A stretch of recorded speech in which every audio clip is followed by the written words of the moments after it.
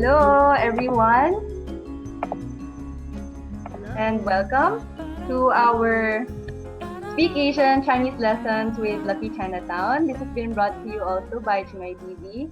So yeah, hi guys, my name is Melanie C, and I'm part of Chinoy Learning, and we're also here with Lisbeth. I'll introduce the team later, but we're doing this in partnership with the Lannang Archive because we really wanna, bring focus to the Lannang community and what exactly is Lannang, right? So, yeah.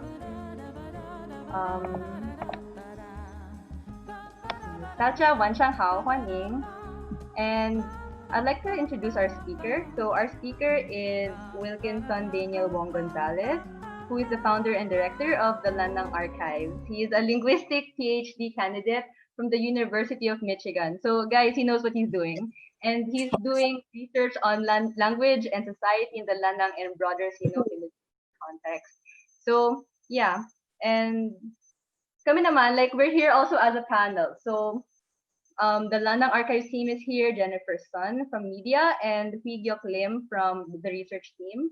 And from Chinoy Learning, that would be me, Melanie C, and Lisbeth Lim, who is also one of our co-founders for this event. So yun. So Will, do you want to take it away with your slides? I'm gonna stop sharing. Yeah. Hi. Can everyone hear me? Can anyone do a thumbs up or something if you're able to do that? If not, kind of react. Okay. Cool. Nice. So today's topic is going to be about Lannang. I call it Lannang 101, where I talk about Lannang history, identity, and the basics of Lannang-ue. Okay, so before anything else, I would like to thank Lucky Chinatown, ChinoyTV, and Chinoy Learning for offering us this opportunity then. So it's a really fruitful partnership. Okay, so I guess I'll start with an outline of what we're going to talk about today. I will begin with a definition of what Lannang is, at least from our perspective. I'll be talking a little bit about the history and then proceed to the identity issue and the concept of the Lannang identity. And then I'll be proceeding by talking about what Lannang-ue is. And then we'll have a practical session towards the end where I'll teach you guys and with our team teach you some basic words and phrases in Lannang-ue. Okay. Okay, so before we get into the practical part, I guess the quintessential question is, what is Lannang, right? So I'm pretty sure for a lot of us, especially those without Lannang heritage, it might come off as a very foreign word. So what is Lannang? The most related question, I guess, would be where it came from first, diba? So where did the word Lannang come from? So arguably, the word Lannang came from the Hokkien phrase Lan-lang, or our people from Hokkien. And it's typically used by Chinese immigrants, like I'm thinking around the 1900s, to identify members of the community. So it's like people are saying, like back in the past, like in 1900s, when the Chinese heritage people came to the Philippines, they kind of like established a community and they would call themselves Lan-lang, or our people. So that's where the origins are of the word Lannang is, but it doesn't necessarily mean the same thing right now. Okay. So yun nga, like in order to understand what Lannang is, I guess there has to be some kind of history crash course first, okay? So just to contextualize what Lannang is, so by Lannang, we're not referring to anyone with Chinese heritage. We're actually very specific about the subgroup of Chinese heritage people, that is any individuals in the Philippines with Hokkien or Cantonese roots. So we're talking about a particular subgroup, especially those who have ancestors in the late 19th to 20th century. Right. Okay, so if we're talking about people who are deeply, firmly rooted in the Philippines. So we're not talking about those who just came to the Philippines and then leave the country in, like, let's say a month or so. We're talking about those who have already set their roots in the Philippines. Okay, so yeah, so I think it would be a nice way to introduce what Lannang is if I kind of talk about the history. So in my previous work, especially in my master's thesis, I've also kind of like talked about this 6 waves of Chinese heritage people migration. So I divided, for the purpose of this presentation, I'm dividing the history or timeline in a linear manner. And I'm dividing it into 6 waves. We have the first wave, the pre-colonial traders. we are also talking about, for wave 2, we're talking about the galleon trade settlers. In wave 3, we're talking about the post-galleon trade immigrants. For wave 4, we're talking about the post-war immigrants, post-World War II immigrants. In wave 5, we're talking about the Marcos period immigration people. And for wave 6, we're talking about the new immigrants or the Sinkiaos. Okay. So I think before I proceed, it's very important to know that what I'm talking about when I say Lannang history is very specific to Manila. And that's my expertise. I don't, as we know, like history of the Lannangs or Chinese Filipino mixed heritage people, they vary from province to province. It's very important that we not kind of essentialize or lump all of the Lannang peoples together, right? So yun, I just had to make a disclaimer about that one. Okay, so when we talk about Lannangs, we're talking about, we're very interested in these three waves, yung wave 3, wave 4, tsaka wave 5, because like I said, we're talking about the late 19th to 20th century immigrants, okay? So we're more particularly interested in these three waves.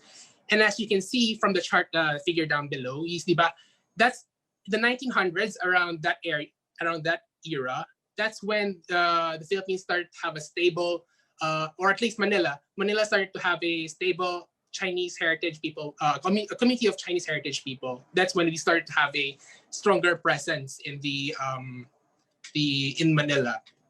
Okay, so I guess it would be also nice to like talk about like what actually happened in each era, diba?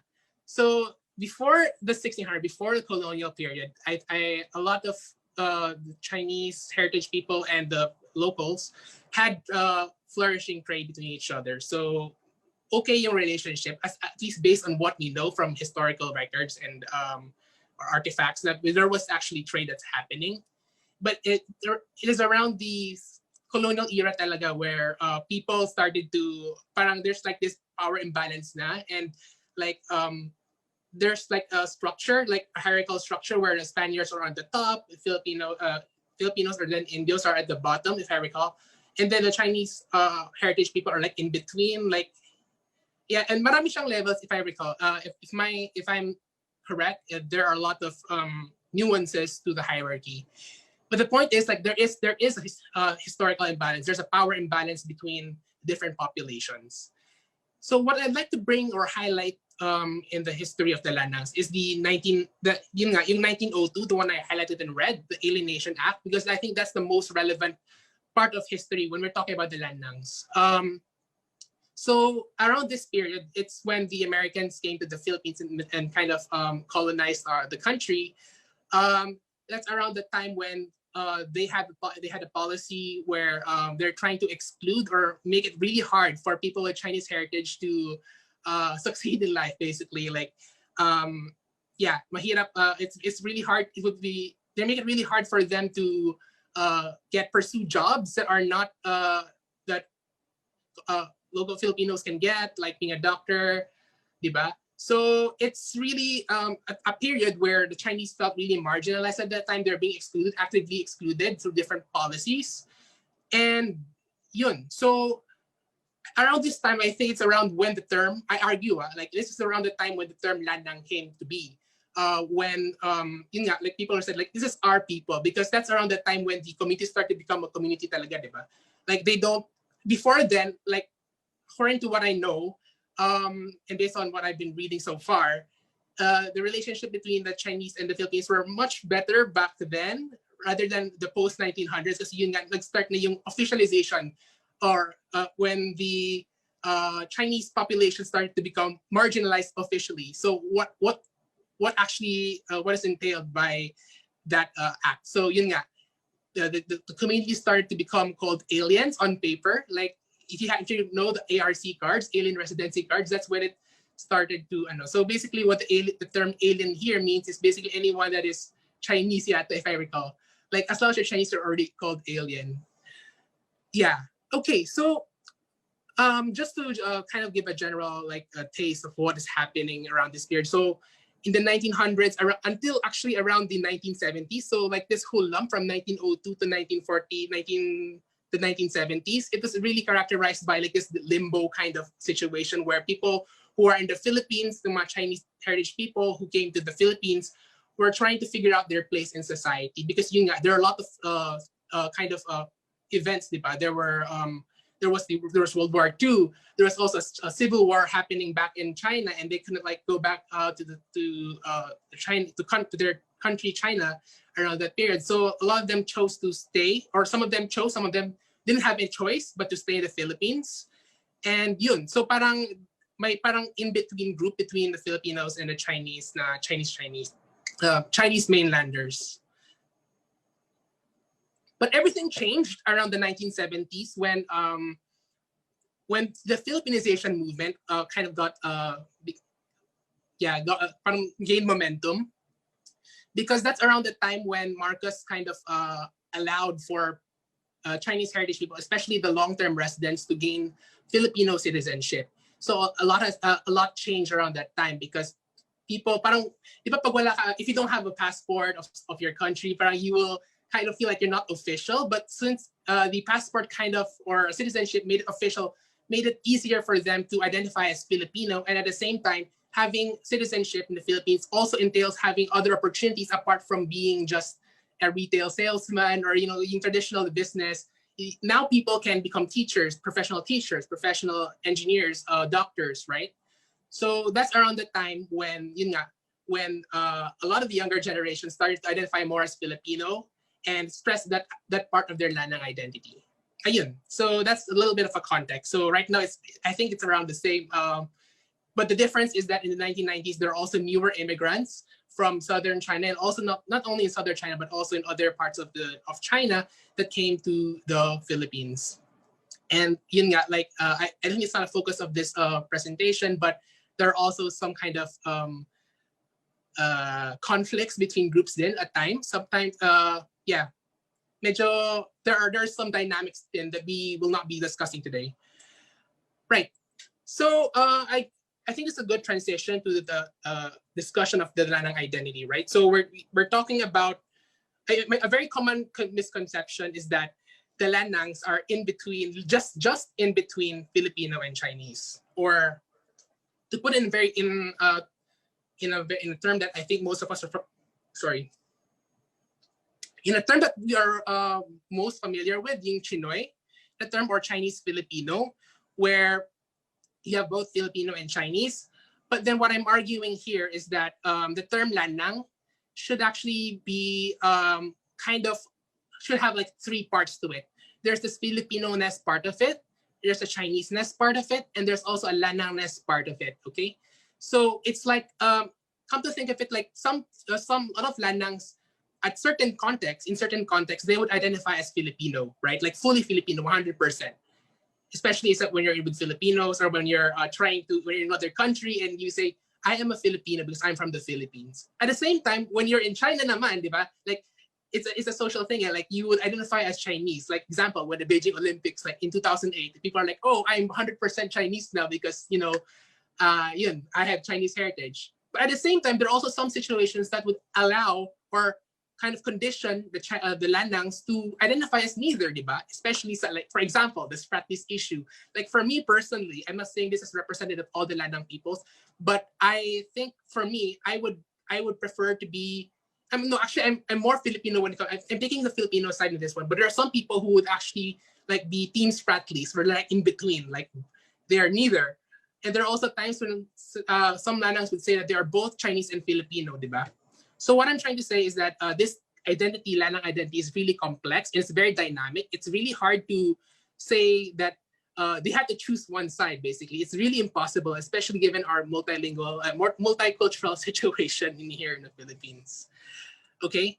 And I guess it's also very important to kind of like know where this whole identity came to be, or this whole concept. It's because the Lannangs are like caught in between that. Like, it's understandable that people have this like notion that the Lannangs are like in between, like neither Chinese or Filipino. It's because yun nga, like there are these periphery dynamics where the Lannangs fall outside the outer circle ng Chinese and also outside the outer circle ng Filipinos, and somehow through that kind of dynamic, nag-form yung parang Lannang-ness component of the Lannang identity, right? But like what I said earlier, this is supposed to be I think we should treat it as something that's more complex than just choosing one side over the other or choosing an in between. Why not call the Lannang identity as something that's holistic? Like you can be 100% Filipino, you can be 100% Chinese, you can be neither, you can be both all at the same time, depending on the context, diba? Okay, so ayun na. So drawing on from that, like when we talk about the Lannang identity, what we're referring to when we say the word Lannang is basically anyone with the experience of Chinese, Southern Chinese and Filipino culture. So when we say Lannang, we're not emphasizing on the nationality or race. Kaya nga hindi siya, kaya we didn't use word Chinese Filipino because that kind of like entails that you need to have Filipino citizenship. So when we say the word Lannang, Lannang is more of the background, the heritage, rather than being political about one being more Filipino than Chinese or being Chinese or Filipino. And I think mas neutral yung term, at least for some people, at least for the younger generation, because like I said earlier, the term Lannang in the past historically has this exclusionary kind of parang denotation, right? So it's like our people, but right now, at least for me and a lot of younger people, parang wala siyang parang negative na connotation na tayo lang. It's really just a term Lannang, and it actually has been lexicalized. Kasi kung hindi, it should be Lan lang. But you can see from the word, there are two ends there, and it somehow became a word on its own, a new word of its own. Hindi na siya our people, it's just Lannang. Right, so here's a graph to show you, like a diagram rather, to show you like what we mean by Lannang. So this is a very, very simplistic way of viewing it. So what we're referring to by Lannang is as long as you have parang a mixed kind of heritage, a mixed cultural heritage, you are technically a Lannang. So it doesn't matter how many % Chinese you are, or how if you have Filipino citizenship or not, as long as you have that experience of being part of Philippine society, and also your Chinese heritage and all, you are technically a Lannang, okay? Or you have Lannang heritage rather. Okay, so quick recap. So when we say the word Lannang, we're talking about the culture and the heritage. Sometimes it can also be used to refer to the people who have that heritage. And in some cases, it will actually also be used to refer to the language. Although a lot of people will use it to will use the word Lannang-ue to refer to the language, at least in Manila. Okay, so I guess this is a good transition to what Lannang-ue is. Okay, so I could literally talk the whole day about this, so please let me know that if I'm taking too much of your time. But yeah, okay, so let me start with an introduction. We'll be talking about Manila Lannang-ue, the variety of Lannang-ue in Manila. So in general, based on my well, let's say 5 years of research na, kasi I've been doing this researching on Lannang-ue, Hokkien, Tagalog, English mixing since I was in college, third year. So yeah, so this is a really interesting field for me, and that's why I've been spending a lot of time on this. And I think that it's really important because I'm also I have Lannang heritage, so I really identify with the work that I do basically, and I'm glad that I have the support of everyone in the organization and advocates outside the organization. Ayun, so yun nga. So when I say Manila Lannang-ue, I'm referring to a language that consists of Philippine Hokkien, Philippine English, and Tagalog. Okay, so we're talking about a mixture for now, a mixture of these three languages. Although some people have Mandarin in their mix, and yun. So very important though. So when I say Philippine Hokkien and Lannang-ue, I'm referring to two different distinct entities for this presentation. I'm not saying they are different in real life, because in reality, I'm aware and acknowledge that the word Lannang-ue is actually used to refer to both Philippine Hokkien or Hokkien and the mixed variety as well, diba? But for this presentation, I'm arguing that we should make a distinction between Philippine Hokkien and Lannang-ue. When we talk about Philippine Hokkien, we're talking about yung kachim or deeper Hokkien, formal Hokkien, or church Hokkien for some people who are using Hokkien in church. Pag Lannang-ue naman, or when we're talking about Lannang-ue, we're talking about the hybrid Hokkien, or casual Hokkien, or light Hokkien. I put Hokkien in quotes because I'm really hesitant to call it purely Hokkien, kasi as I will argue later, it's a different language of its own, and it should be treated as a distinct language from Hokkien. I'll be focusing again on the Manila variety. Okay, so let me continue by saying what Lannang-ue is not. Okay, so a lot of members in the community would characterize Lannang-ue as code switching, as random mixing, as something that is konyo, because there are a lot of mixing in the language. They would call it broken Hokkien or Baroque Hokkien. And some people will just say, I only speak the language because I can't speak the pure variety. Well, for many people, that's actually false because some people are actually bilingual in Lannang-ue and Philippine Hokkien, right? So it's actually, it just happens to be the case as us, the younger people, don't know how to say it because we haven't acquired Philippine Hokkien. What we acquired is the Lannang-ue language, okay? So yun. So what Lannang-ue is naman? So it is a distinct language, as I will argue later. It has systematic mixing to it. So hindi siya, it's not random. When you say, I'll just mix Hokkien, I'll just mix Tagalog, I'll just mix English, let's see what happens. No, it's not like that, as I will argue later. Third, it is an identity marker for a lot of people. A lot of people are already starting to identify with it, although there are people who are, like I said, would view it as something that is very broken and kaya they want to dissociate with it and just use Tagalog instead or English, right? It was also a native tongue or mother tongue for a lot of Lan-nangs. I mean, I personally grew up with Lannang-ue as my first language. So yun. And finally, like in contrast to the other point in crutch, number 5, crutch, Lannang-ue is actually another tool. We can view it as another tool in our linguistic repertoire or our toolbox basically of languages, right? We have English, we have Tagalog, we have Filipino, Mandarin, Hokkien, then we also have Lannang-ue. So Lannang-ue itself can be treated as an entity or another separate entity that is used for specific domains. For instance, like I use Lannang-ue for when talking to my parents, for example, or talking to people who are also using Lannang-ue and not Hokkien, right?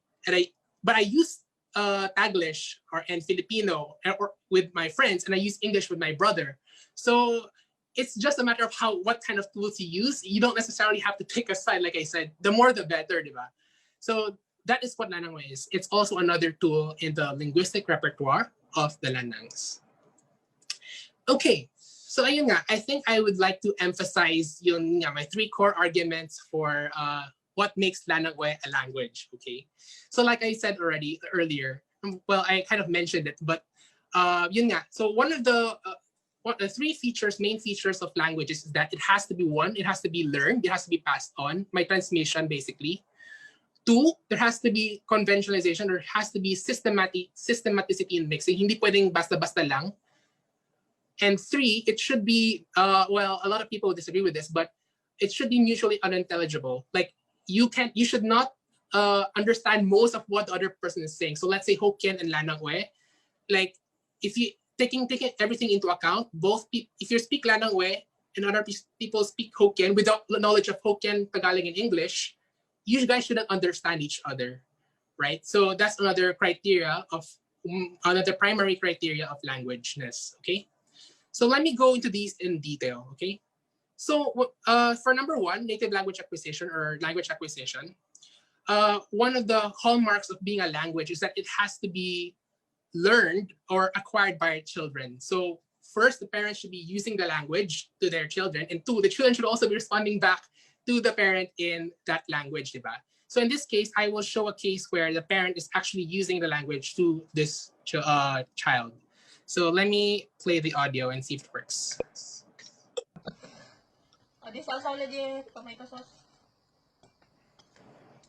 Okay. So that is one case where you have the parent using Lannang-ue to the kid. So as you can see, structure, diba? My Hokkien, my Tagalog, my English na elements in the language. Right, so before that, I would like to really give a quick explanation of the use of my spelling, the orthography, and the tone marks, okay? So the orthography or the way I spell things here is going to be using the orthography that the Lannang Archive is using for research, which we will call Lannang orthography. So we basically try to adapt the spelling system to the Philippine kind of way of writing it. So English and Tagalog words will be as is, whereas with the exception of the yun nga, yung tone marks. And then we also have Hokkien words will be kind of spelled as it is in Hokkien with some adaptations to how we try to write Hokkien. Ayun. So, yun. And then, so when we're talking about tone here, when you see these tone marks, if you refer back to the bottom part of the slide, you'll see that there are different tone marks, diba? This is very different from how tone is used in Mandarin. Because sa Mandarin, you have to know the word to know the actual tone of the character or the word. But in Lannang orthography, what you see is what you get, basically. So if you see parang hat, it's a high tone, which means it's really high, the tone. If it's a flat line, it's a mid-tone or not so high. If it doesn't have a mark, it's just low.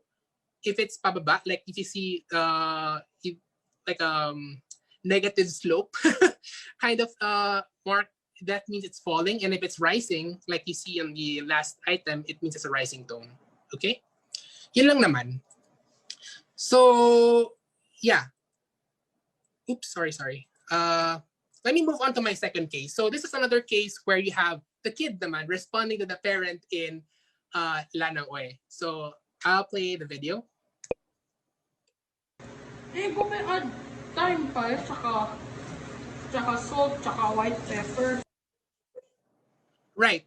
So as you can see, yun nga, we also have like different elements in the language, and it's still it's very characteristic of how Lannang-uè is later, as I will show. But I guess the point that I want to show here right now is that yun nga, it is being acquired by children. It is also being used by parents to their children. And that is a good sign that this is a language because it's being transmitted as it is. We're not saying that, oh, kailangan, you should have replace ad with ka in Hokkien. You should replace time with some other random obscure Hokkien word. But no, it's being passed on as it is with those mixes, and those the children acquired it as Lannang-uè word na, kumbaga. It just so happens that the children also knows English and Tagalog, kaya parang medyo aware tayo na nag-mix tayo, and we kind of tend to tag it as code switching. But in fact, when we acquired it the first time, parang we treat it all as just one Lannang-uè, as one Lannang-uè phrase or sentence, diba?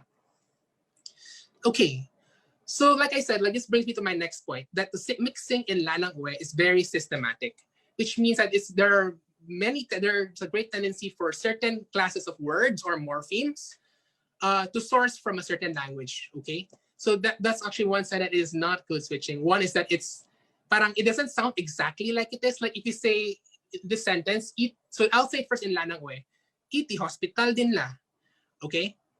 But if it's code switching, at least for some definitions, like for Grosjean 2010, he would say that code switching, the hallmark of code switching is not the lack of phonological adaptation, which means that the words sound exactly as it is in English. So it will sound like iti hospital din la, diba? That will be code switching for some people. Another definition of code switching would be when there is a social motivation to do so. Like for example, iti hospital din la. The meaning is he's also at hospital. So when you're trying to translate something, that's actually technically code switching, right? So for example, if I say, wasi Wilkinson, I am Wilkinson. What I just did earlier is code switching because there's a social motivation for doing so. But in the case of Lannang-uè, we don't necessarily have to think about the motivations for each mix, diba? It's treated as its own distinct language. Now, when you acquire it, wala nang parang, uy, we have to use this when we're translating or when we're trying to make a point. No, it's not like that. Anyway, back to my point, there are tendencies for certain words, like for example, pronouns and prepositions to be sourced from Hokkien. Technical vocabulary to source from English. Marami pa siya, actually. I'll show you in the next slide. And adverbs, for example, mostly sourced from Tagalog siya. So here's like a table that I did. I won't go through it in detail, but what I just want to point out is that there are some tendencies, like for example, these of gua, tio, si, and la, like pronouns, some modality markers, copula, the particles from Hokkien. From Tagalog, we have typically mga conjunctions and yung plural markers like mga, complementizers like nang, interjections, nako, parang aray, parang ganun, di ba? Or discourse particles like nga and e. These, and of course, the question marker ba has also been sourced from Tagalog into Lannang-uè, di ba?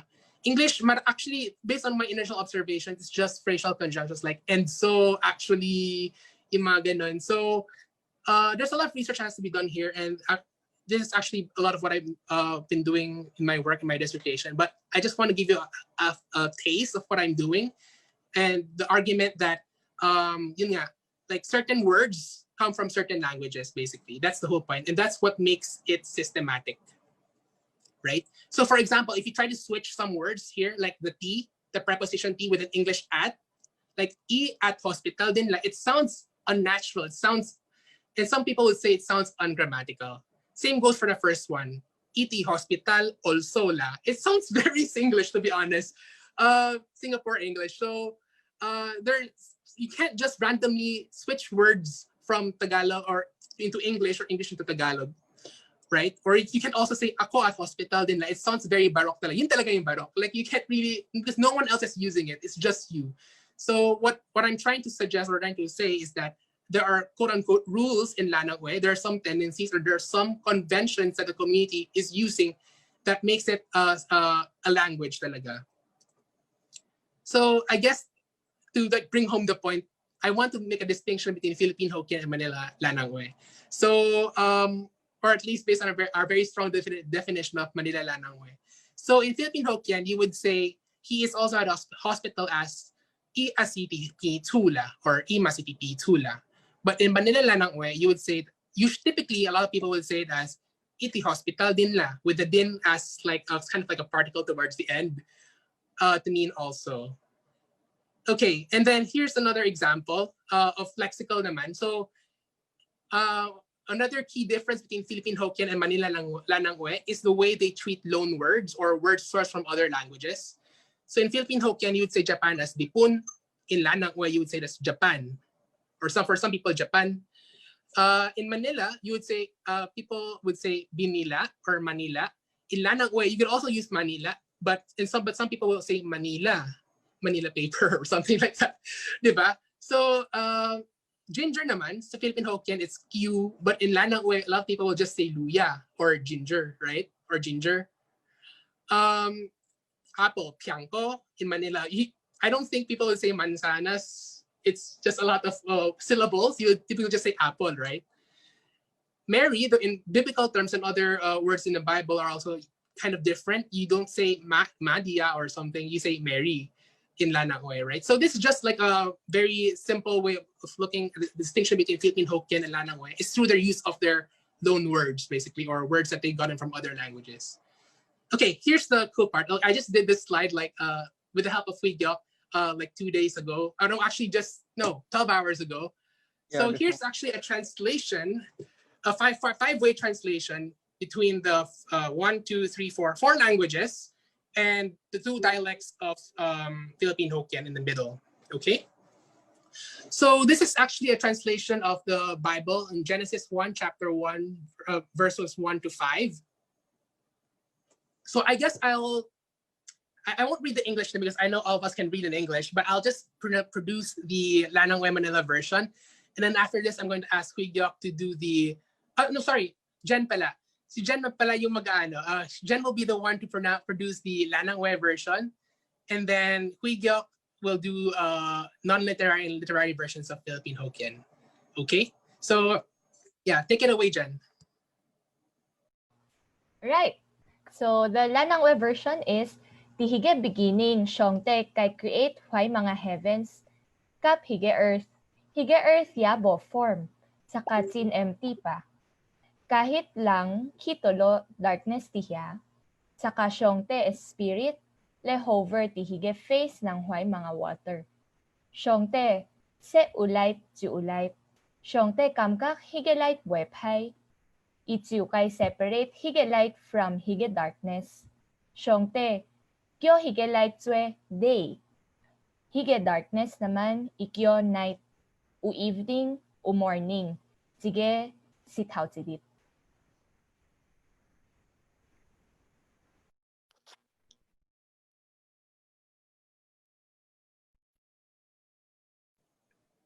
Yeah, Huigyok can go ahead and do Okay, it's my turn now.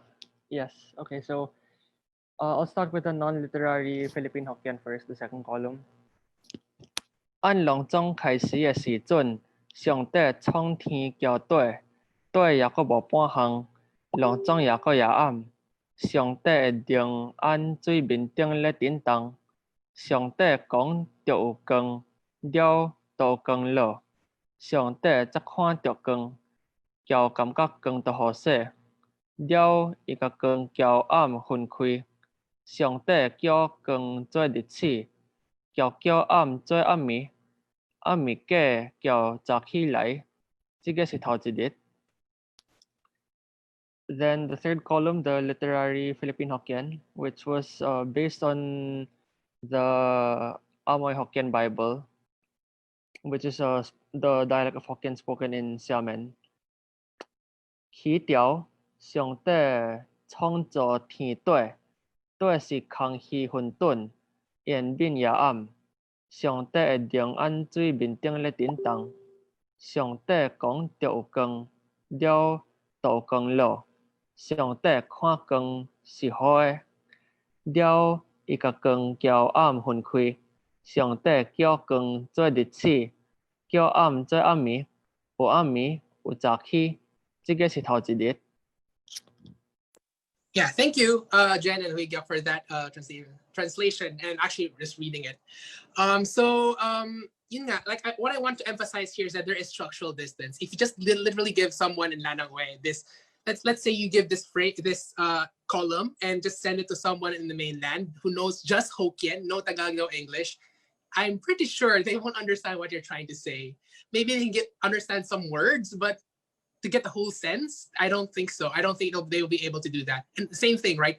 If let's say if you are just proficient in Lannang-uè, like ikaw, as an individual, you only know Lannang-uè, you don't know Hokkien, Tagalog, and English, and someone gives you a Hokkien phrase like this, the second column or the third column, I'm also pretty sure that you won't understand them, diba? But in our situation in the Philippines, it's kind of complicated because we know Hokkien. A lot of us know Hokkien, a lot of us know Tagalog, a lot of us know English. And we also have this Lannang-uè in the middle, which is like commonly treated as code swing precisely because of that reason, because we are in this state of multilingualism. It's really hard to like tease apart which one is which. Okay, so what my point here right now is that there is enough structural distance between Lannang-uè and Hokkien to treat it as two different languages, at least based on our definition of what Lannang-uè is, okay? I sometimes use the word Philippine hybrid Hokkien to refer to Lannang-uè, but for the purposes of this presentation, I call it Lannang-uè. Yun. So to summarize, Lannang-uè is a legitimate and normal language, just like Chavacano, Filipino, and Cebuano. It should not be treated as code switching or random mixing. Given the evidence. And I won't be expounding on this, but it has a very distinct kind of structural characteristic that makes it a specific type of language called a mixed language. So if you want to learn more about it, you can just read Meekins and Stewart's work and Oshani's work. And there are a lot of mixed languages around the world, and you can search it on Google if you want to. Okay, so now I think now's a good time to like go on to some basic words in Lannang-uè. So I guess I'll start with the first word. Maybe Huiga, do you want to like say or explain what our word is? Explain meaning like maybe just read it, like what a word is. Yeah, okay. 介绍 or the variants would be 介绍 or 介绍. Right. So like this word is typically used to introduce someone. Like it could be used as a very neutral term, like to introduce someone, but typically when you use the word 介绍, it's typically used for in a context of romance, like when you're trying to set people up in a blind date or something. I will invite you to in a blind date with this person. You use the word 介绍, right? Okay. Another very popular word used by a lot of Lannangs is the word seungdi or siengdi or siungdi. In Tagalog, it's negosyo. In English, it's business. So, yun. This is a very famous, popular word used by a lot of Lannangs. Then, yun. We also have the Hokkien source Lannang-uè word kanchu. So, kanchu. Other variants include kanchu or kanchu or kiethun, right? So there are a lot of different words to refer to the concept of marriage. But the difference is that in Lannang-uè, the word kanchu can be used to refer to the noun husband or wife, a neutral term to use husband and wife, or used as a verb to mean the word marry, right? In some words like yethun, like this variant, yethun, the last item in the variance variance row, yethun cannot be used as a noun, if I recall. So you can't say gua u yethun to mean I have a husband or a wife.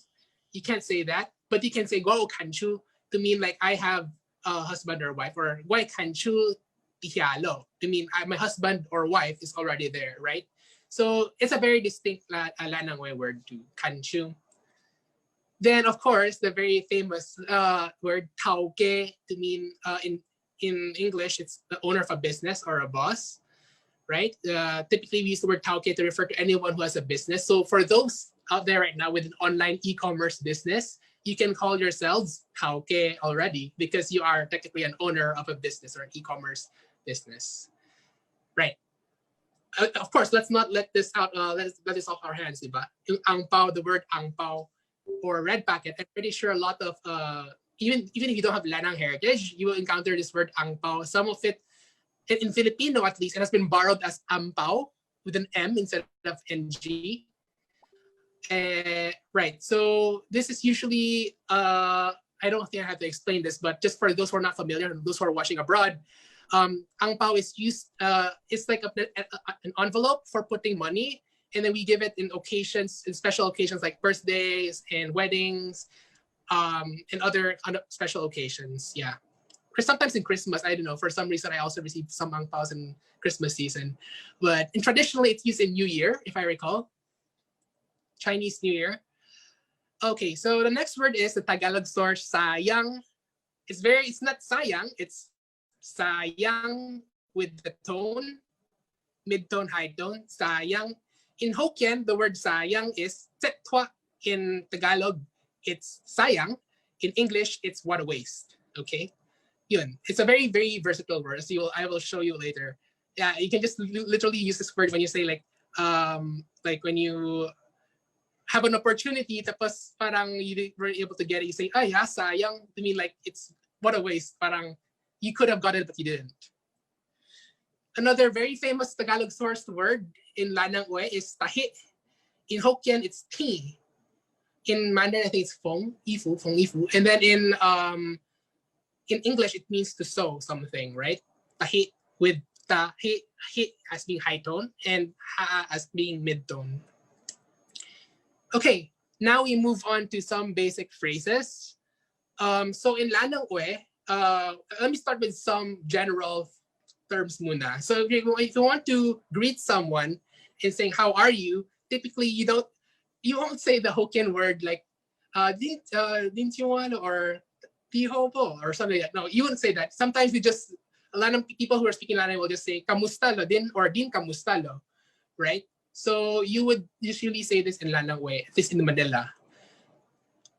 Okay, very practical situation. Like if you remember the word sayang earlier, you can, if you want to say something is really a waste, you can just literally say the word sayang, or you can say ya sayang o. Ya here means like very, so it's really a waste, or it's really wasteful, parang ganun. So you can say ya sayang o.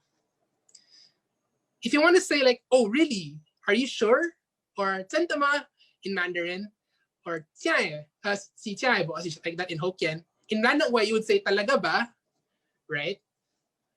So with the tone, talaga ba, is rising tone towards the end.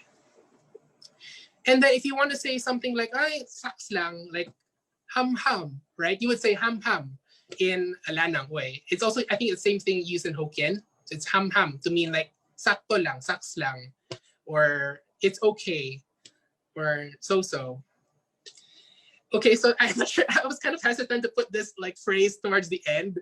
I just think it's really funny. Like if you want to say, you want to ask if someone is crazy, like if that person did something really, really stupid, and you're like, oh, are you crazy? In Lannang-uè, you can say, di like hisiao ba? To mean like, are you crazy, right? So these are 5 general phrases you can encounter or you can use in Lannang-uè. I'd like to focus on some other phrases related to business for those taokes out there or bosses. If you, or not really bosses, like even if you're a consumer, some of these phrases actually apply to you, right? So the word, if you want to say if something is so expensive, like let's say you're buying something and then nandyan yung boss, nandyan yung taoke, and then you want to let them know that you are, you want the price to be lowered implicitly. You can say, yakoy naman no, or you can say so expensive, ang mahal,很贵, right? So that's one way you can implicitly ask a person to lower their price. The next phrase is when you're trying to also maybe implicitly ask the tauke to come to you or something, or boss to come to you. You can say, I think I want this. In Lannang-ue, you say, parang wabet sige. Like, I think I want this. Parang gusto ko to. Like that. If you want to ask a friend if they have a business, you can, there are two ways of saying this actually in Lannang-ue. You can say, di usang di ba? Remember the word sang di earlier to mean business. So you can say, di usang di ba? Or you can say, just the English form of it, di u business ba? Okay, so this one is for the taukes naman. Like for those who are, or bosses, or the ones having a shop, if your customer is trying a little bit hesitant to like buy something, and that person can speak in Lannang-ue, you can say, di talaga bo, beboe ba? Or in English, it's, are you sure you don't want to buy this thing? Diba? And another phrase that you can use as a customer when you're trying to bargain for a price, and you're saying that, can the price be lowered ba? Can it be lowered a little bit more? You can say something like, talaga pwede ba? To mean like, is it not really possible to lower the price? And then as a customer, you can also ask the owner to ask about the price. And the easiest way to go about it is just to say, doatswek ho ba? To mean, how much is this? Okay, there are just some, well, they're not technically Romans. This is the last set of phrases for Lannang-ue. Not technically Romans, but I just thought about putting the word Romans there. So if you want to say, if you're eyeing someone, like you have someone in your mind and you want a person or friend to introduce you to her or him or them, you can say, di kay siya mo nga, to mean introduce me. Introduce mo nga ako, right? So that's one thing you can say if you want someone to introduce you to another friend that you're romantically interested in, or yeah. But that necessarily, yung kay siya, again, like I said, it doesn't necessarily have to be romantic or in that context. Kasi kay siya can also be used as a very neutral term, like introduce me to this. So if you want someone to introduce your business, you can say, you huatang kay siya guati di seng di bo, right? So kay siya and seng di can also be used both in the same sentence and not have romantic or some other connotation, right? So, but what I'm just trying to point out is the word kaisha can also be used in the Philippines, at least. Or I'm not sure in other places in Southeast Asia, but the word kaisha can also be used for romantic contexts. And the last phrase here, like I said, it's a repetition of the previous slide, but you can also say ham ham, right? When you say like, sige, do ping yung suibor, like is your jowa pretty or not? You'll say ha ham ham, or ham ham to mean like sucks lang. Or yeah, like you would say, is your parent good with your choice of a girlfriend? Pebu, or parents who agree bo, or do your parents agree with your decision? Ham ham to mean so, not really, but yeah. Okay, so that's actually basically it for Lannang-ue phrases. So before I move on to the question and answer portion, I'd just like to take this opportunity to share a little bit more about what the Lannang Archives is doing as a part of our advocacy. So the Lannang Archives is a non-profit organization that has a mission of conserving Lannang heritage through language. So our particular focus talaga is through language.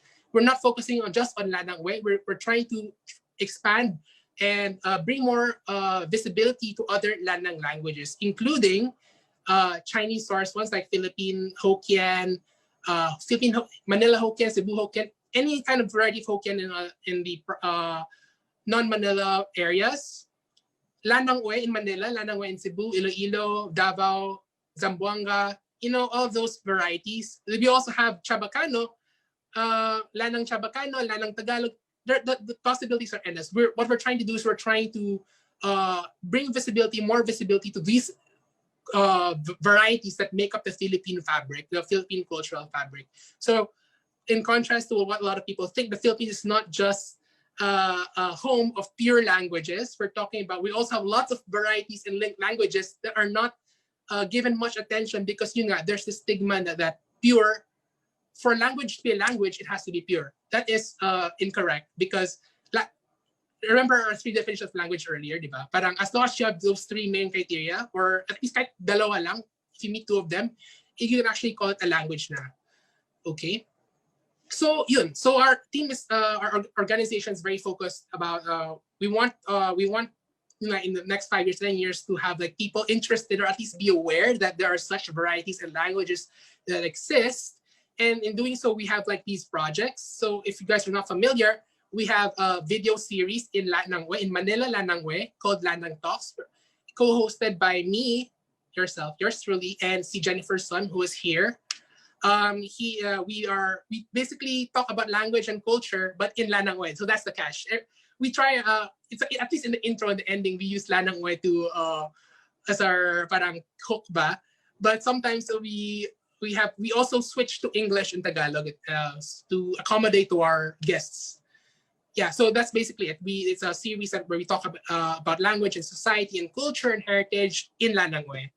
And then another primary project that we have is one headed by Hui Gyok, who is here, who just mentioned, who was the one who read the Philippine Hokkien version of the Bible translation earlier. So he will be doing, he's heading the Philippine Hokkien Dictionary Project, where we're trying to compile words in Philippine Hokkien. Some of these words are also in Lannang-ue. And yeah, we're trying to the eventual goal is to have an online dictionary. And we're hoping to publish it then as print someday. Like, stay tuned na lang. And then our flagship project is the My Language, My Heritage project. I'm not sure if you guys are familiar with it. It's basically a grassroots project or language documentation project where people of Lannang heritage, or if you can speak, even if you don't have Lannang heritage, but if you speak a Lannang variety, or you can actually participate in this initiative, which is basically you recording yourself, either interviewing someone else or describing a frog story or telling a wordless book.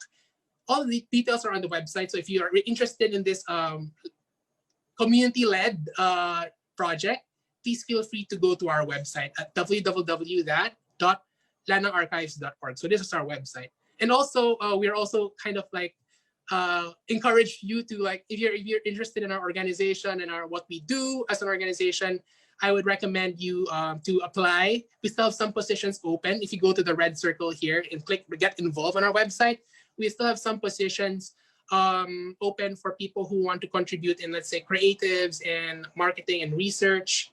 Yun. So the possibilities are limitless. Just feel free to PM us, basically, or message one of us in the team. Yun. Mel, so that's it for the question and answer. So we're gonna open the floor for any questions and answers. So if actually, we have a question here pala in the chat. It's a private message to me. Okay, so I'm just gonna read it out loud. Sure. So this discourse is very interesting. However, I find the apparent code switching, which is now prevalent among millennials, a bit jarring and to an extent a bit disturbing. Isn't this considered a dumbing down of the language? I personally don't find it acceptable, even as a new category of a mixed language. It's just like relegating a pure language to a colloquial, similar to Taglish. So the question would be, would it be considered a dumbing down of the language? Okay, so I think before I make any comment, it's very important to know, like, that at the basis of everything, everyone has the right to believe what they want to believe. Okay, so if you think that it is dumbing down language, we respect your opinion. We don't want to enforce what we think. We're just offering another perspective of what we think Lannang-ue is and what we believe it to be. But based on what we have, what our understanding is of the language and what I've been doing from a linguistic perspective, it has characteristics of a language. So what you have right now, what you just said, is a very valid, it's perfectly valid. Like you think that it's a dumbing down of language. And I think that is okay because we, even me, when I was growing up, I was led to believe that our Lannang-ue is becoming more Kwanagong, or it's becoming more Filipinized, diba? So, but approaching it from a different perspective, from a linguistic perspective, it does have characteristics that would distinguish it from Hokkien, like I said, yun nga, because we have systematic mixing. Kasi kung if it's like random mixing, like I said, itiha also la or something like that, it's not Lannang-ue anymore. It might be code switching pa nga to some extent. And another thing to keep in mind is that Lannang-ue itself, one of the reasons why people think it's still code switching or maybe a dumbing down is because it is used alongside, like I said, the pure variety, the quote-unquote pure variety Philippine Hokkien. And that's just the situation of our society. And we can't really avoid that. It's really hard to, yun nga. So I think I should acknowledge that it's really hard to tease apart, but based on a linguistic perspective, I would say that Lannang-ue is a distinct variety worth of parang investigation talaga. Like it's a separate language. I would say Filipino itself, like I don't think scholars have done this, but I think Filipino itself is worth studied in because I think there is some mixing that is conventionalized in. But at least based on what I know sa Lannang-ue in my current research so far while I'm doing this program, is that Lannang-ue is a distinct language. And from a linguistic perspective, it's not dumbing down. It might be from an ideological perspective, from a community perspective, yes, an ethnographic perspective. It might be treated as a lesser variety of Hokkien or a dumbing down of Hokkien. But for a lot of us, I don't know, I can only say for me, but I personally identify with Lannang-ue as its own language. Kasi I can also speak in Hokkien. Why not have more than one? Why do we have to restrict with being very insistent on having a pure Hokkien? It's just like if you want to learn pure Hokkien, then fine. It's the more you have, the better, diba? If you can speak the pure variety, the better. But if you can also speak Lannang-ue or the code that is used within the community talaga, right? I think it'd be better, diba? It's the more tools you have, like the mentality of the Lan-nangs, more is better. Duto duho, diba? I just think that we have to be very open about it, but at the same time, yun nga, we really don't want to impose our beliefs on you na parang hindi pwede, dapat Lannang-ue is mixed and Hokkien is like that. So yeah, given our current situation, it's totally understandable. Yeah, actually, that's a very good answer. Kasi, like for me, as a millennial myself, I feel that Lannang-ue is like just knowing that it's a language in and of itself.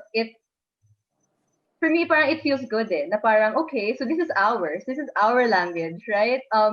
It's something that we can share and we have a connection to other Lannangs, right? So I think it's really, I mean, we respect nga, what your views are on language, but I feel that in and of itself, since the younger generation, definitely it wouldn't help to learn about Lannang-ue and of itself as a language. So yeah, I mean, that's just, I actually have a point then actually. So I think it's really important, like based on my perspective lang, I must say this is the perspective of organization. I think we have to kind of like start to get rid of that idea that Lannang-ue is like a broken variety of Hokkien. Kasi based on my interviews, I've interviewed 77 people across ages, okay? A lot of the younger, it's very cool kasi older people are saying that, okay lang mag-mix, contrary to my expectations. I was expecting the older people to say that Hokkien should be pure and mixed, but it's actually the opposite. Older people are saying that, oh, the younger people are doing it. They have their own parang language and stuff like that, and we're okay with it. Younger people, on the other hand, are saying like, no, older people are going to berate us for doing this. They're going to complain about our Hokkien, our broken Hokkien. Do you see the problem? Do you see the gap? Like both parang nag-switch yung ideologies. So younger people are kind of like thinking ahead, like saying, oh, my Hokkien is becoming more Filipinized and stuff, and it's not good enough anymore. Kaya let's just leave Hokkien and Lannang-ue and just speak Tagalog and English. So I'm thinking if you really want to preserve the culture, it's very important to acknowledge that there are legitimate varieties that exist in between Hokkien, English, and Tagalog. Because if not, you're just increasing the risk of younger people not being able to use the language anymore, di ba? Parang one common thing that I've been receiving sa interviews is that it's much better to have, I'm quoting this, and it's not necessarily what I believe, but they're saying that Lannang-ue, it's better to have Lannang-ue than have nothing at all, di ba? And I think that's actually one of the motivations kung bakit may Lannang-ue, is because there's this ancestral maintenance, language maintenance thing that's happening as well. Pero yun, like it's very interesting. I think that we should be very careful of how our usage of when we're trying to tell younger people to speak in Lannang-ue, and very careful about saying that they're honagong or they're stupid in Filipinized stupid kind of thing, because you might encourage them to abandon the language altogether or the Hokkien heritage altogether, and it's something that we should be very, very careful about. Yun lang naman.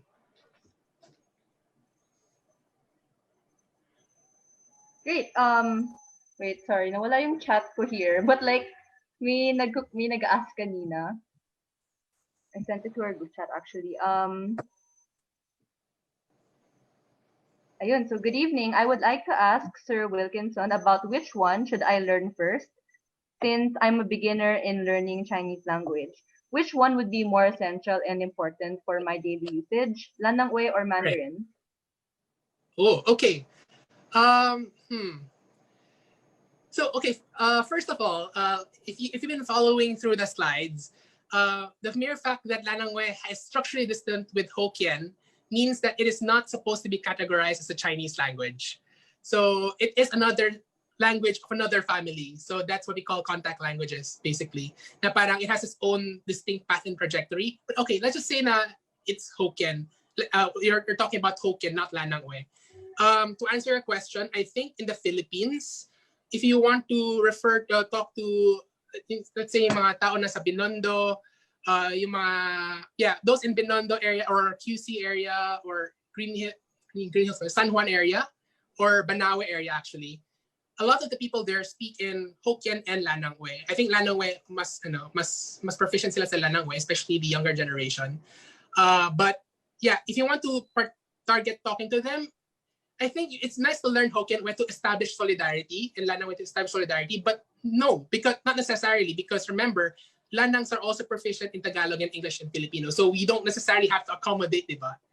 But yun nga, if you want to, for the case of Mandarin naman, I think it's also important to learn Mandarin because we also have people of Chinese heritage that are not Lan-nangs, meaning that they cannot speak Hokkien and Lannang-ue. And in that case, I think it would be important to learn Mandarin if you want to communicate with them sa business din. Kasi unlike Lannangs, unlike people who have been in the Philippines for so long na, a lot of them don't have enough proficiency in English and Tagalog pa. So from that perspective, it would be nice to learn Mandarin. Like if you're talking about order of priority, I would say Mandarin talaga muna. Because yun nga, if you want to have to, parang in terms of like utility, like what you will get more out of it, I think Mandarin will be better because Lannang-ue and Hokkien are, I think, mas local siya to the Philippines, whereas Mandarin is more global din. So if you want to get more bang for your buck, if you're trying to invest money in learning a language, I think Mandarin would be one way to go about it.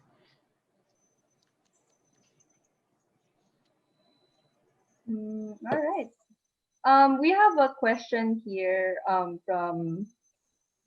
Okay, there's a Mandarin question. So instead of reading it in Mandarin, basically the question is, when is your, because there might be, users who don't speak Mandarin. So when is your Filipino Hokkien dictionary available? And if you still can't use it, can you recommend a Hokkien dictionary app now? Okay, so that's a really good question. So if you go to our library, so lannangarchives.org/library, go to our website. There, wait, actually I haven't uploaded pa, I think, but there are, we occasionally upload resources free resources on that website. So a lot of them are actually just my work. Sorry na lang, shameless plug. But a lot of them, the goal is for that library to be filled with resources on like Philippine Hokkien dictionary and stuff. So to answer your question, if there is a Philippine Hokkien dictionary, I think wala ting parang comprehensive na Philippine Hokkien, but we do have dictionaries online, Taiwanese Hokkien.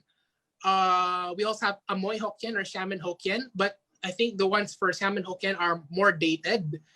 They're one is published in the 1800s, one is published like 1950s or something. Medyo ano na siya, luma na siya. It doesn't really reflect the Hokkien used in the Philippines anymore. Or at least maybe most of them, but not really. So if you're really waiting for the Philippine Hokkien dictionary, I would recommend if you just want to know about the origin of a word, for example, I would recommend going to one of those online dictionaries first.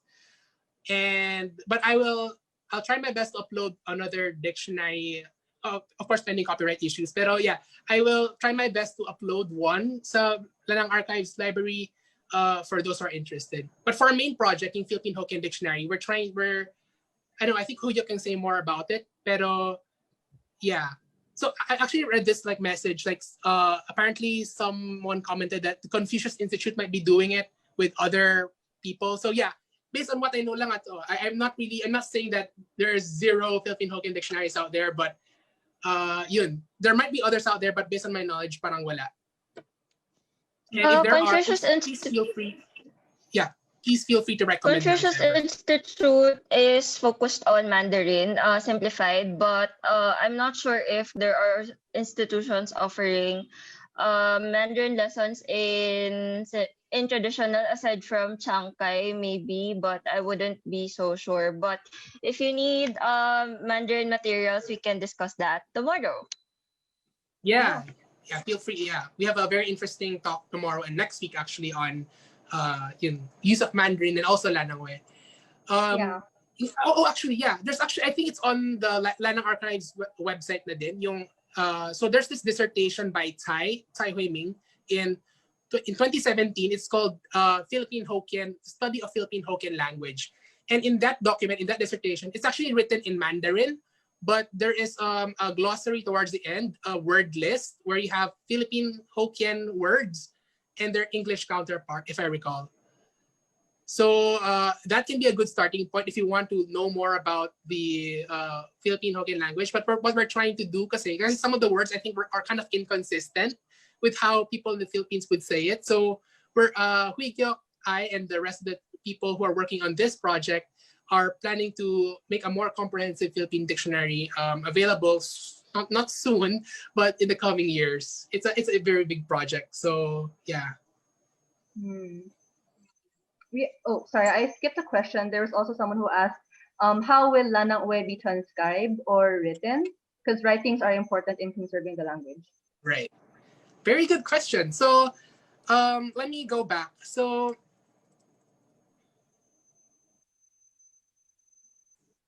yeah, so what we use is Lannang orthography. So if you want to know more about what the orthography is, there's actually on our website, sorry, I have to go back to the slide a little. Let me just skip to this. So if you go here, if you see the word, ay wala siya dito. Or maybe it's in the projects tab pala. So if you click the projects tab, you will see a Lannang orthography page.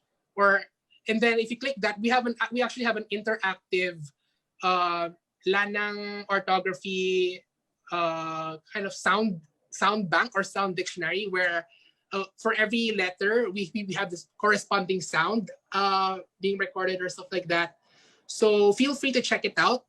I think the shortcut, the link is lannangarchives.org/sounds. Yun yung if you want to learn more about how like the way we transcribe things for research. I think that's the link that you should go to if you want to learn more about it. Yeah. That's just one way. Kasi based on what I know, like the Philippine Hokkien and Lannang-ue doesn't really have a standardized way of transcribing stuff or writing down stuff because for one, Lannang-ue and Hokkien, well, at least Lannang-ue is an oral language, which means that we usually use in speech. Although, naging trend siya actually in Facebook na people start using Lannang-ue kahit sa, let's say, Facebook, parang ganun, in writing. Pero sobrang hindi siya standardized. Gets mo ba? So what we have right now sa Lannang Archives, yung Lannang orthography, is just, for now, used for research. But we're hoping that it will actually be used in the future for other purposes then. Okay, we have a few more questions, but I'm just like summarizing it because it's mostly revolving around like, if for example you want to learn more about Lannang-ue, how would they learn it? Like, is there any like learning tips that you would give? Because some of our students here, like they want to study, but like they don't know like where. Because if they can Oh, easily find Taiwanese Hokkien, but like how do you study if you can't like leave the country or anything? oh, right, right. Okay, so here's the thing. So Lannang-uè, like because I've also taken up education courses before. I'm actually an edu graduate. So the best way to learn a language, at least based on what I know, is through communicative usage. So it's really hard to master a language without actually without actually using it in real life. So from that perspective, I would say that it would be nice to ask your Lannang friends or people to actually just speak to you in Lannang-uè and acquire it naturally or stuff like that. And, another way of going about learning Lannang-uè is to just maybe wait for my dissertation. So my dissertation basically is on a grammar of Lannang-uè, where I actually lay out the rules and or tendencies of Lannang-uè people of the language, yung parang rules, phonological rules, sound systems and stuff. I'm still working on it, and it's due to be hopefully be defended or be parang to be out by 2 to 3 years time, hopefully. So that's my project. Actually, one of my big projects to come up with a grammar of Lannang-uè. Not Hokkien, but Lannang-uè talaga. All right. Is there any other questions that you guys have? I'm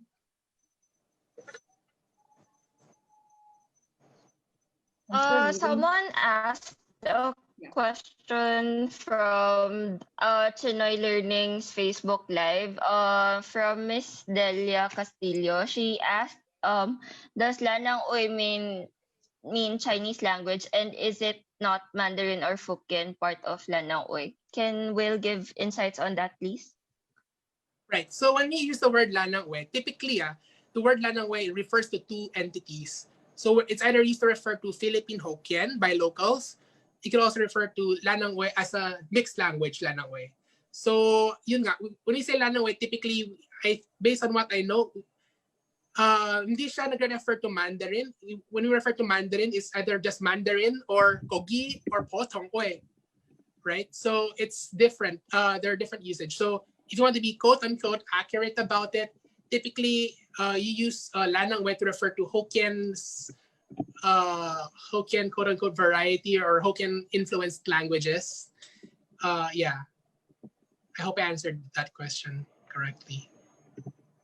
Yeah, Mandarin is use Kogi or Potong-uè to refer to Mandarin. Or Cantonese naman, Tuntang-uè is not.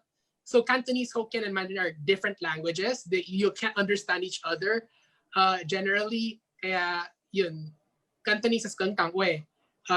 Mandarin is Kogi, Potong-uè. Hokkien is usually Lannang-uè in the Philippines, but some people say Emong-uè or Banlam-uè. Right? So yeah. Kaya one of the reasons why we want Lannang-uè is because Lannang-uè literally means, at least based on the origins of the language of that term, it technically means our people language, which means those Lan-nangs or those people who are living in the Philippines for a long time, my Chinese heritage. Yeah.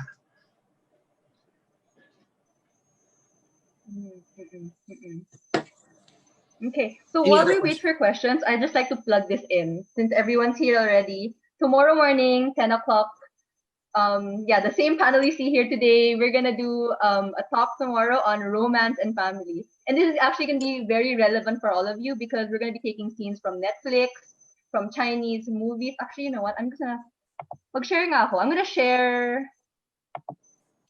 some of it, like just a brief pasilip. Because why not? Like, how do I? Okay. All right. Example. This one. So you can see, this is a clip, a screenshot from Put Your Head on My Shoulder. So you can see the word in blue, yung Yao Pai. So it's usually used to confess feelings. So yeah, diba? Interesting. There's a lot more of that. So yeah, tomorrow at 10 a.m. we'll be using the same link as the one that you used to join this class. So yeah, exciting. Yeah. I've been seeing some questions in Zoom chat, but I'm not sure sorry, if I didn't see. like there are 25 of them. Yeah, can I use Lannang-uè in Singapore? I personally have a relative that uses Lannang-ue in Singapore just because she is technically a Lannang-ue speaker and then just immigrated to Singapore. Pero I think if you're gonna use Lannang-ue as in like with the ones with mixing and Tagalog and English, you can try to do it, but based on what I know, it won't be like 100% mutually intelligible. Like you won't understand each other 100%. If you use Hokkien, maybe there's a higher chance of it being understood by people who speak Hokkien in Singapore. Yeah, based on what I know, if you're talking about Lannang-ue, as in like how I defined it, a presentation, no, it shouldn't be intelligible, especially for Singaporeans with Hokkien speaking proficiency.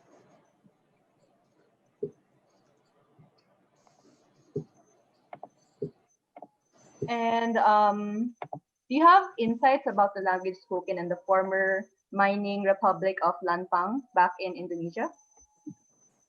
No, sorry.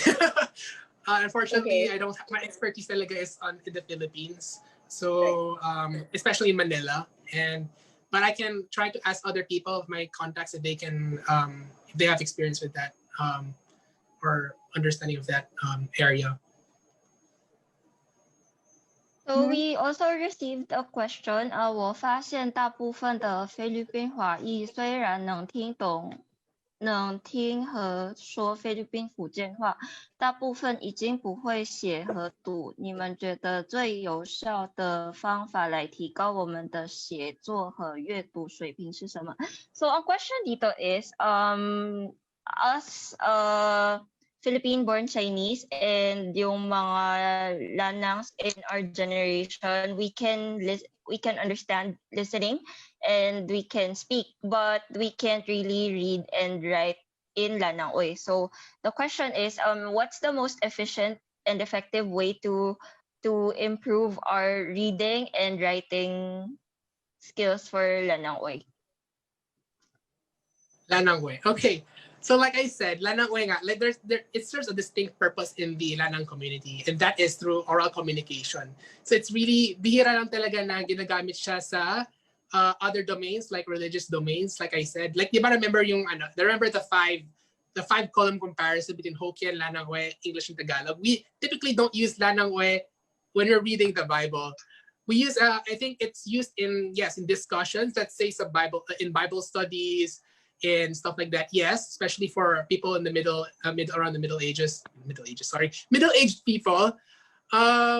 Pero technically, I think it's not really used in writing. So let me just rephrase the question. Maybe I think you're referring to just Chinese in general. Like if you want to improve our Chinese reading and skilling, so not necessarily Lannang-ue. If you just want to improve your Chinese skills, like writing and reading, I think the best way to go about it is to immerse yourself. Like that's the best way to learn a language, diba? Like so try to expose yourselves to like mga Netflix and Mandarin shows if you want, or Hokkien. There's a lot of YouTube shows in Hokkien. Actually, I know one in Singapore, Hokkien. It's called Lisi Hokkien Lang Bo or something. Lisi Hokkien Lang with a question mark. And they actually use a variety of Hokkien in Singapore to, expose yourself to it. Kasi may subtitles naman siya. There are subtitles.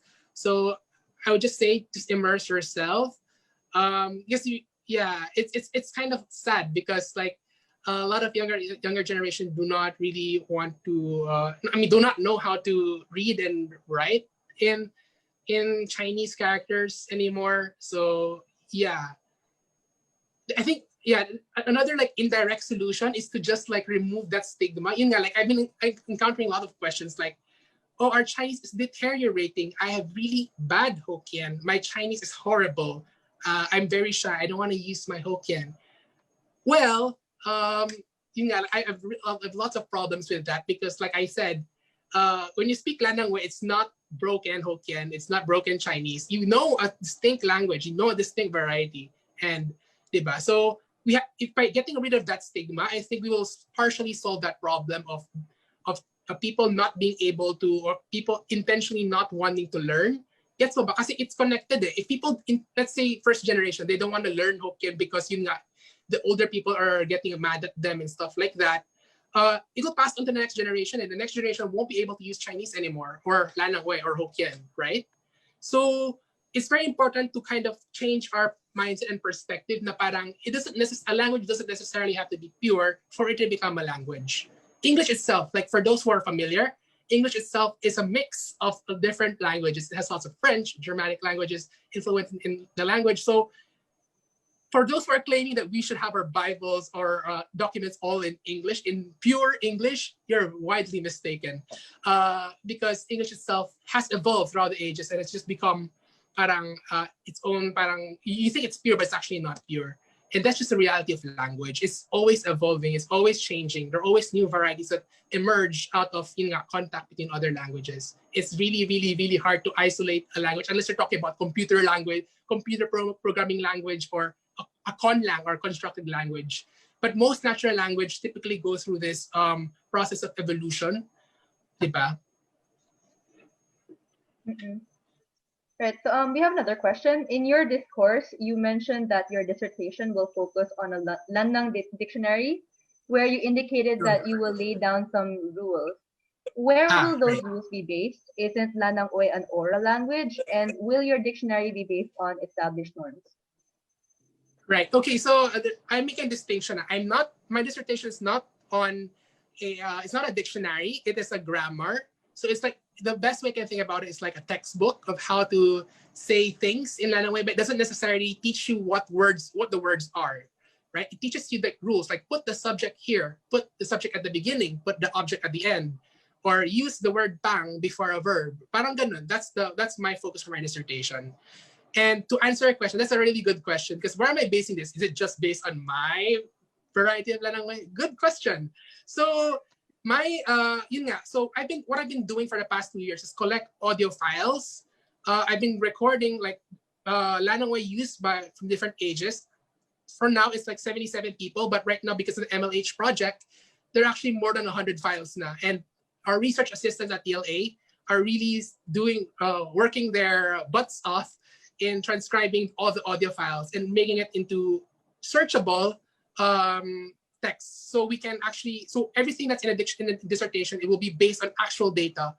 Like it will have to be cited from that corpus or that data bank. So that's what we have. My dissertation is going to be data-based talaga. It's not going to be just based on what I think Lannang-ue should be. No, I think real science should be database. I think that's the way we should go about science. Data-driven. Right. And there's another question here. Actually, it's my own question also. Like I'm thinking about it. Like, why do the younger generation don't use the Chinese characters when writing Hokkien, as compared to the older generations? Like, what triggered the switch? Why did we suddenly stop using Chinese? That's actually a very good question that I don't necessarily have the best right answer right now. Kasi one way to think, the only certainty that we have about in cause is that there are many causes to that. We can't just pinpoint one origin for any language change or any choice to move from one language to another. Kasi in reality, the dynamics in society is really complex. Like we can't really exactly pinpoint it to one source, basically. Diba? Let's say one possible source would be that it could be possible that younger generation just intentionally don't like using Chinese characters. Even if they know how to, they just don't want to because everyone is using it. That's one possible cause. Another possible cause is that the teachers themselves are making it so hard on their students na parang, oy, di buihaw kong Lannang-ue, buihaw siya parang ganun hanagong. Yun nga. So there are a lot of interacting factors talaga. It could be personal, it could be ideological, it could be the educational system na hindi talaga magaling magturo yung teacher. It could be, there's so many factors that we have to take into account when we're talking about the actual cause of something. It's really hard to pinpoint talaga which one is which. And yeah.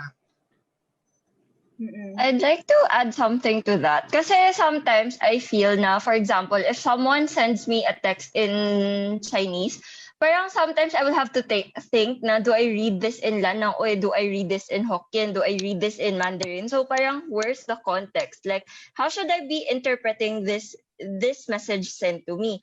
So in a way, that is also confusing. Pero ako, whenever someone types to me in Chinese, I'll respond to them in Chinese din naman. Yeah, I mean, it's the same for me. Like, I have Mandarin speaking friends from Taiwan, from Singapore, who also use Chinese characters to respond to me, and I also respond in Mandarin. But yeah, for me, I would say that I have a working knowledge of Mandarin, but I still prefer writing in English kasi mas mabilis for me. Like, that's another possible reason. Like, it's much faster for us because mas sanay na tayo dyan. We're more used to the use of English or romanization. And yeah, that could also have triggered the change. Like, people are no longer as exposed to Hokkien characters anymore, or Mandarin characters anymore. Kaya people are just resorting to English romanization na lang. And I think that's the trend naman talaga in society, at least in Manila. Yeah, that's a good point. Also combining a few of the questions is like, do you know of any books that are written in Lannang-ue? And like, if you can buy it anywhere, do you know where you can buy? I would really love for someone to write a book in Lannang-ue.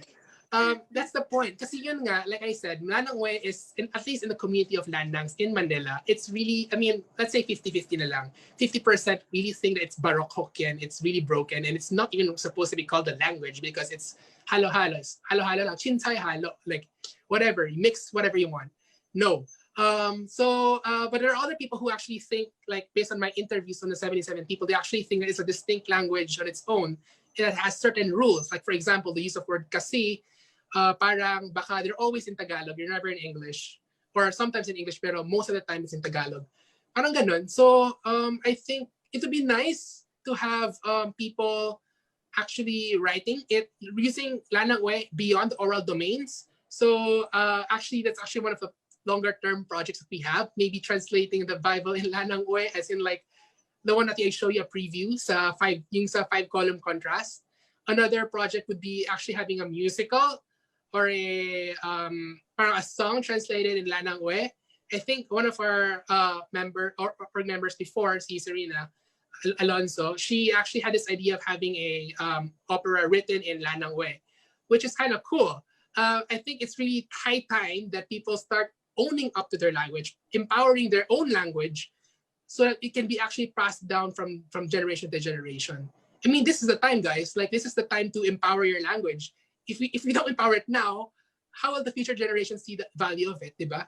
Like, if you don't use it now, if you don't use it in other domains, like, when pa ba? Are you gonna wait for the language to die before realizing that it's all over and we have to start the revitalization process again from scratch? Diba? Parang we're in a really lucky position right now.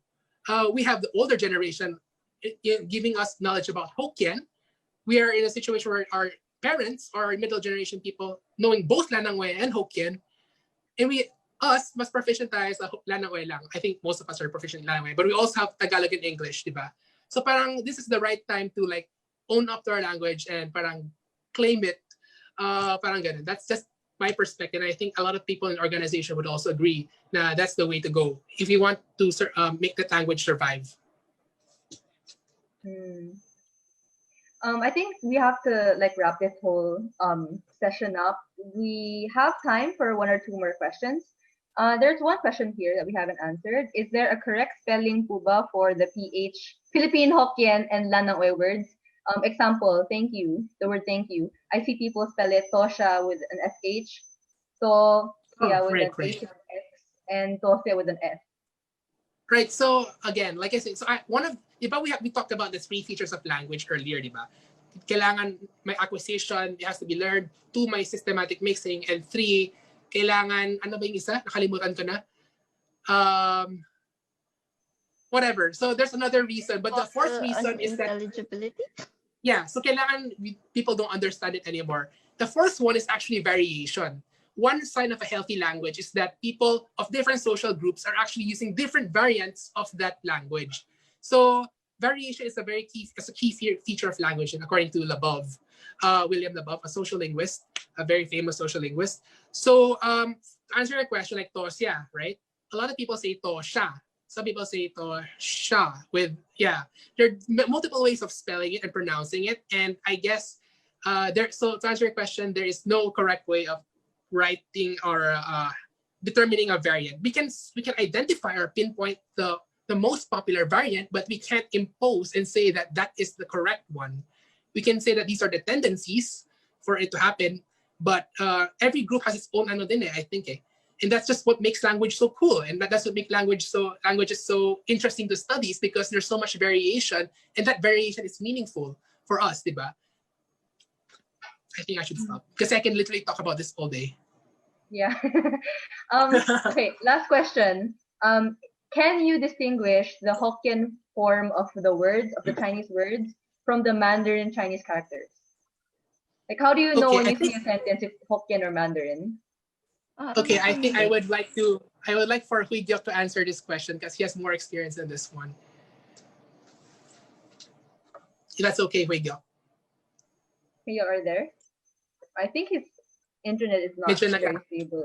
Okay, let me try to. It's actually really have much background. Ayun. Right. Hello? Continue. Yeah, we hear you. Yep, we can hear you. Okay.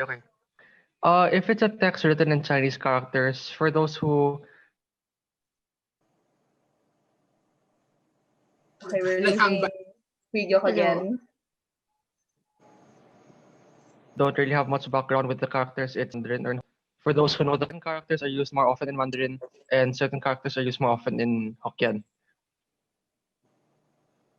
So my correspondence, basically. Yeah. My correspondence siya. So I think what Twigok is trying to say is that in Hokkien, in Mandarin, there are some characters that are used, like let's say for instance, di ba kanina? So kanina, di ba, parang may character for Kanchu, that's like Tianshou in Mandarin. Yep. But then we also have the Tiehun to mean Tiethun, right? So that's in Mandarin. So they use different sets of characters for Hokkien, for Mandarin, for some words. But I think there's some words that have my parang common Chinese character. Yeah, actually, yung Chinese ng Kanchu, I don't see it very often in anything that I watch online. It's usually Jehun. Yeah. Right? For marriage. Right. Yeah, good point. And I would say din na parang tawag dito, for me kasi, like sometimes, if someone talks to me in Hokkien or Lannang-ue, parang it auto-translates in Mandarin in my head. So parang na-visualize ko agad yung characters. If that makes sense. So parang whatever it is that person's trying to tell me, I can literally figure it in Mandarin in my head. So parang, kunwari, tatanungin ako, di cha be. So parang ni chi may, parang ganun. Yeah, so I think that's actually kind of one of our another is like a lot of the younger generation are really book smart when it comes to Mandarin. Pero we don't really use it as often, I guess. A lot of Lannangs don't use it as often. They're really smart at certain like grammatical structure, whatever, or words, pero yun nga, not using it as often. Yeah, so yeah, I think it's understandable that we kind of like translate it into Mandarin first. Kasi Hokkien talaga yung, I personally haven't read yung mga books in Hokkien. I don't think I've encountered one, and I don't plan on reading one. But I've read books in Mandarin, and yeah. Yeah, wait, this is like a personal question. Like I'm just gonna ask also because like Lisbeth mentioned the jiabe, chir-me. So like definitely if it's Mandarin, you'd ask someone ni chir fan. Like that's the closest that I can think of that is like word negative form of the word rather than jiabe. Ni chi fan le ma or ni chi fan le me. Yeah. Yeah. If it's just Lannang-uè, it's chat lo ba? If it's Hokkien, it's simple kasi in Hokkien if we can, yeah. Right. That's cool. Hokkien is more like jiabe. Jiabe, diba? Jiabe. Tapos may napansin din ako kasi parang in recent times, like I've been lurking on Chinese social media. I've been saying this since a couple of our since our past couple of videos, parang sabi ko, diba, like, if we ask Shami, so parang in Taiwan, they type it like siya, like, the word for shrimp, and then me, Oh. like, I think Shami. Ko and me. Yeah, So Shami. parang sometimes, they are able to verbalize some, I mean, they're able to put some words that we normally speak out loud verbally into words. So parang may interesting thing na ganun for some commonly used words in Taigi. Right. True. Which is, And like, mm-mm. Mhm. Should we wrap up na ba? Like, I think some people Yeah, are already wrap like... up. Yeah, oh my gosh, it's 10:45. Guys, you guys need a good night's sleep because tomorrow morning, 10 o'clock, Yeah. we're gonna meet you again. Same Zoom link, same Facebook pages. Follow the Lannang Archives on Facebook, Chinoy TV, Lucky Chinatown Mall, and Chinoy Learning. Hey, Thank you see you guys and have guys. a good night. Thank you for See you guys attending. tomorrow. Bye. See you guys.